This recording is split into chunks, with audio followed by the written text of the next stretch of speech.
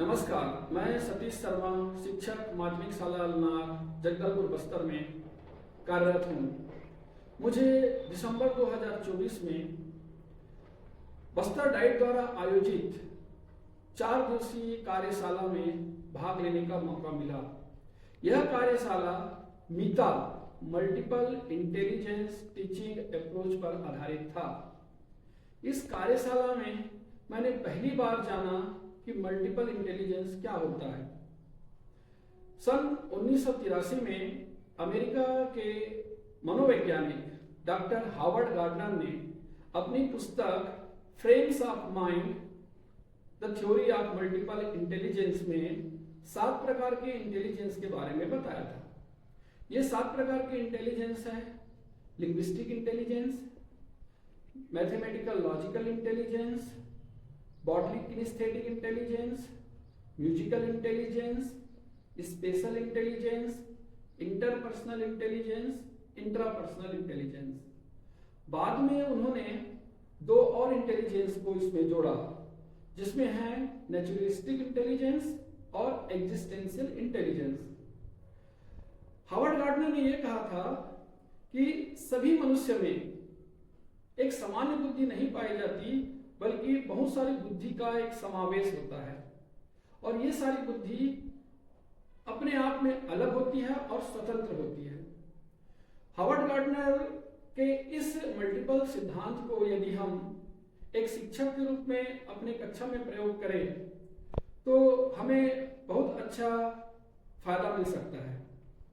एक शिक्षक के रूप में हम जानते हैं कि सभी क्लास में अलग अलग प्रकार के बच्चे होते हैं और सभी बच्चों के सीखने का तरीका और सीखने का स्तर अलग अलग होता है।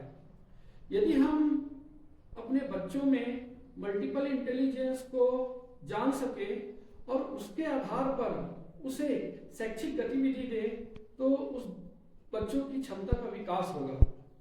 मेरा यह मानना है कि यह जो मल्टीपल इंटेलिजेंस थ्योरी है, यह एक शिक्षक के लिए बहुत ही लाभकारी है, क्योंकि एक शिक्षक यह चाहता है कि उसके क्लास में सभी बच्चे स्वतंत्र रूप से सीख सके, और यह तभी होगा जब एक शिक्षक अपने बच्चों के मल्टीपल इंटेलिजेंस को सही ढंग से जान पाएगा।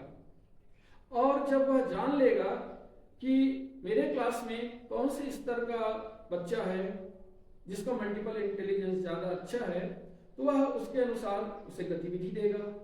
मान लीजिए एक बच्चा है जिसका मैथमेटिकल लॉजिकल इंटेलिजेंस बहुत अच्छा है, तो शिक्षक उसके उस इंटेलिजेंस को ध्यान में रखते हुए उस प्रकार की गतिविधि तैयार करेगा जिससे वह बच्चा बहुत ही आसानी से कर सके और उसके समझ का विकास हो सके। लेकिन इसका यह मतलब नहीं है कि जिस क्षेत्र में या जिस बुद्धि की कमी उसमें है उस पर काम नहीं करेगा। यदि उस बच्चे का लिंग्विस्टिक बुद्धि कम है तो छात्र